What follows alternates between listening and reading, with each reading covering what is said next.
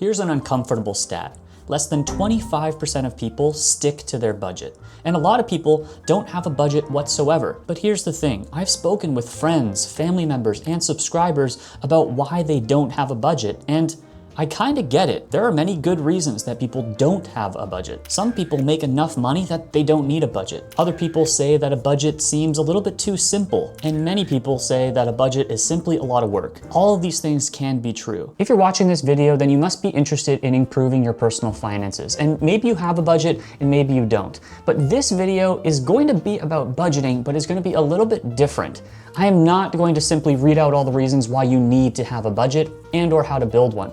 We're going to talk about the concepts that make a budget helpful, but in a way that if you really don't want to create a budget, you don't have to. You could apply these principles in your life without having a formal Excel spreadsheet or app where you do your budgeting. And yes, of course, we will talk about how a budget ties all these concepts together, but look, I get it. A budget is a lot of work. I don't like to budget. Many people I speak to are in the same boat. And so towards the end of the video, I will share with you a little bonus for Wealth Potion subscribers to help you budget without a budget. So without further ado, let's dive in. What's up everyone? This is Brandon from Wealth Potion, where we talk about personal finance, investing, entrepreneurship, all the wonderful topics that we should have learned in school, but we didn't. And today we're talking about budgeting, which I know can be a very painful topic for many people because quite frankly, budgeting is kind of boring. And like I said at the outset, the vast majority of people that I spoke with in preparing for this video either don't have a budget at all,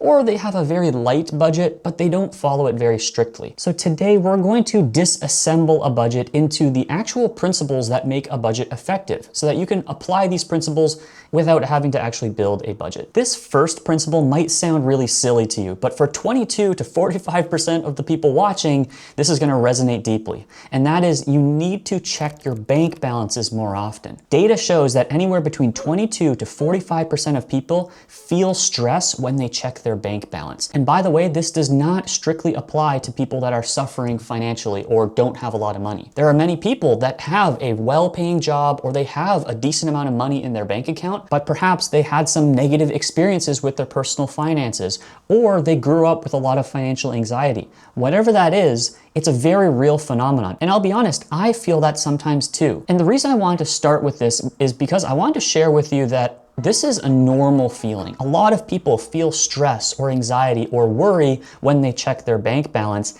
even if there is money in their bank account. Luckily, there is hope for us. And the solution is extremely simple. It is simply to check your bank balance more often. There's plenty of data that shows that the mere act of checking your bank balance will reduce the amount of anxiety you feel. It's one of those things that the longer you put it off, the more anxiety will build up over time. Now, why does this work? It has a lot to do with our psychology. In psychiatry and in mental health therapy settings, it is very, very common to provide what's called exposure therapy. For example, if someone has an extreme fear of going outside, a psychiatrist or mental health professional may encourage that individual to slowly expose themselves to going outside. Maybe just step outside their apartment door, walk a few steps in the hallway, go to the elevator, go in the elevator and then come back out, and slowly expose themselves more and more to the thing that they fear. And luckily, we're dealing with a relatively simple fear. All you have to do is open up your phone, go to your bank's mobile app, and look at the balance. And as we said at the outset, you do not need a budget to do this. You can literally just check your bank balance,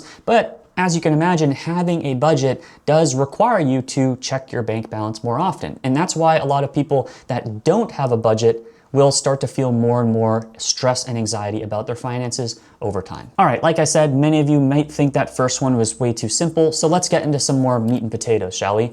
The next one is to monitor your subscription services. This is a very important topic that we've talked about in the past as it relates to lifestyle creep, or your cost of living going up over time and slowly creeping up on you in a way that you don't notice. Subscription fees are especially sinister here because you sign up for a service once and then you are charged monthly forever until you cancel that service. I'm a millennial, and I know a lot of my audience is either a millennial or older, and you will remember the days of having CD-ROMs or vinyls where you listen to your music, or renting a movie from Blockbuster, or actually buying a DVD or VHS. Now, we were sold on this idea that instead of having to go buy these albums or movies one at a time, we could just pay for a streaming service like iTunes or Spotify or Netflix, and we would get an unlimited, infinite offering of music and movies and TV shows. And it's true, we did get that. But the downside is that we're paying monthly for these services. And like I said, this is especially dangerous to your finances because we're not physically going into our pocket, taking out cash, and then buying a CD. If every single month you had to physically get cash and pay for your iTunes or your Spotify, I bet that a lot of you watching would reconsider many of the subscription services that you're currently subscribed to. If you were to build a budget, you would have a category called entertainment. And under that category, you would have all of these streaming services. And so in the act of building a budget, it would force you to reckon with all of the subscription services that you're currently paying for. But like I said, you don't need a budget to do this. Once again, we're gonna go to our handy mobile banking app, and we're going to scroll through our statement in the past month, and we're going to look for any subscription fees that are recurring. An important note here, there are some subscription services that don't charge you monthly, and they may actually charge you once a year. Personally, some of the things that I noticed that charge me annually instead of monthly are things like website hosting or a password manager. So I just mentioned that because if you check your bank balance for the last 30 days, you might not be seeing some of those subscription services that are charging you once a year. And by the way, if you were considering skipping this one because you think, oh, well, I know all of the subscription services I'm signed up for and I use all of them, 42% of people admitted that they had a subscription service that they were paying for, but they no longer used. So that's close to half of you watching.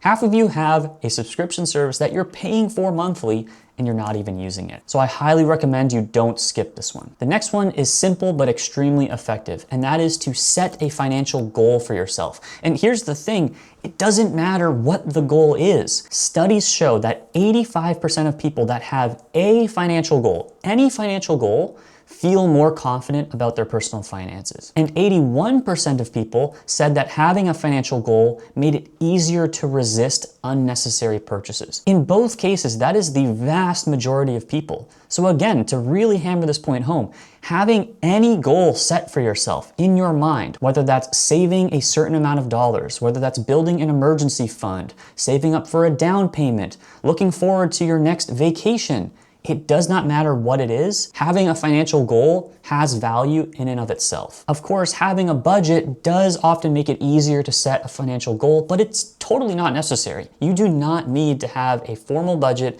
to set a goal for yourself. Now, quick sidebar, it is almost 2026, and another video I am working on right now is about how we set and achieve our 2026 goals, because it's almost the new year and many people are in New Year's resolution mode. And one of the most important concepts when it comes to goal setting is setting SMART goals. I'm not gonna get all into it right now. If that sounds interesting to you, subscribe to Wealth Potion and catch that future video. But the reason I'm bringing this up now is because if you do set a financial goal, yes, it can be anything, but you might as well make it a useful goal. So don't set a goal like make more money or increase my net worth. Make sure your goal is measurable. Say you want to save $10,000 or you want to increase your net worth by 10%. Whatever it is, put a number on it so you can feel that positive emotion and motivation as you get closer and closer to achieving that goal. All right, back to budgeting without budgeting. And this, in my humble opinion, is the most important thing you can do. With or without a budget, set up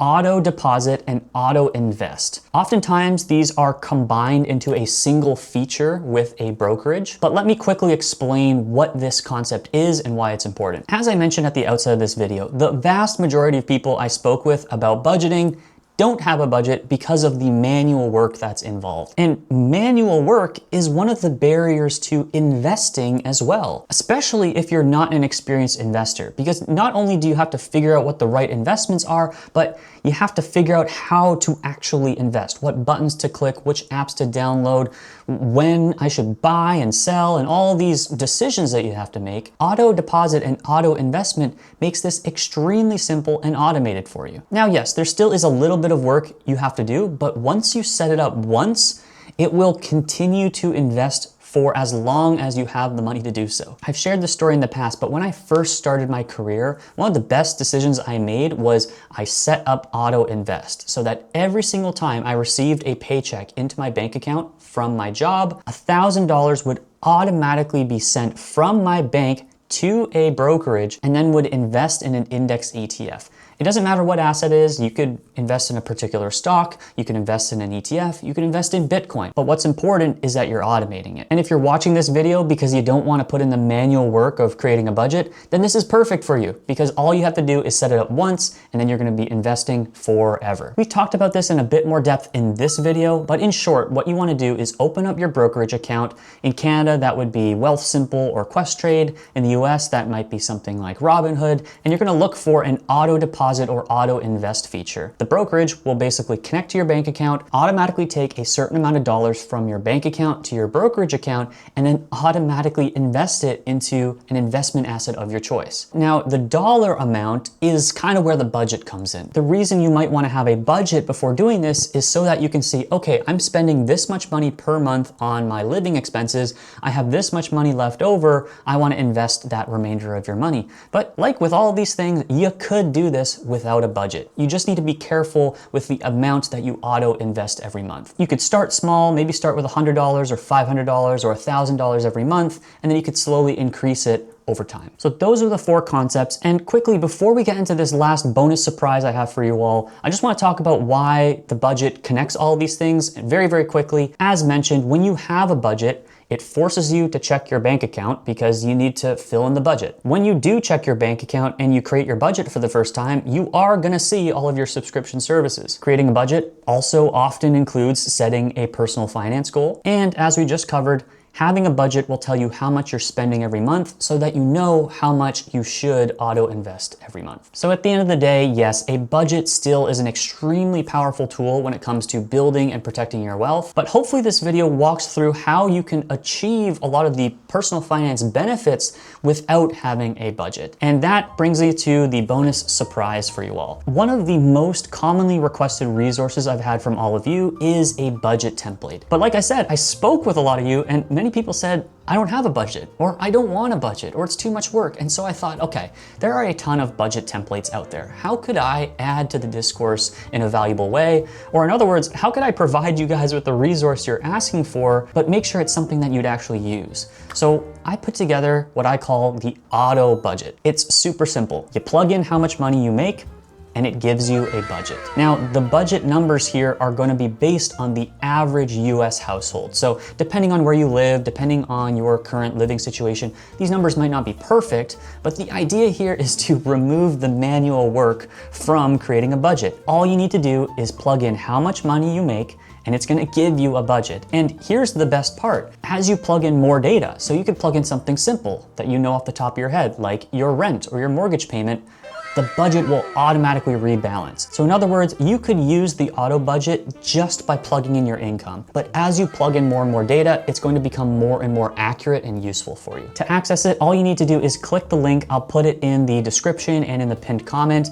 and then plug in your email address so I can send it to you. Once you have access, all you need to do is make a copy so that you can have your own copy that you can plug your numbers in and I won't have access to it. And importantly, with all things on my channel, I'm looking for your feedback. This is V1, you could say, of the auto budget, and I wanna make sure it's as valuable as possible, especially to the subscribers who have reached out to me asking for a budget template. Let me know what you like, what you don't like, and any other feedback you have, or if you have other requests for resources. As many of you know, I'm trying to create Wealth Potion, not just to provide these videos for you all, not just for the free email newsletter, but to provide real tools and resources that you can use to improve your personal finances and grow your wealth. If there's one more video you watch after this one, I highly recommend you watch the video that I put out on auto investing, or in other words, dollar cost averaging. It's a very, very important concept that's gonna help you in your investing journey, whether you're a beginner, intermediate, or advanced. Thanks for watching. Let me know what you think of the auto budget, and I'll see you next time.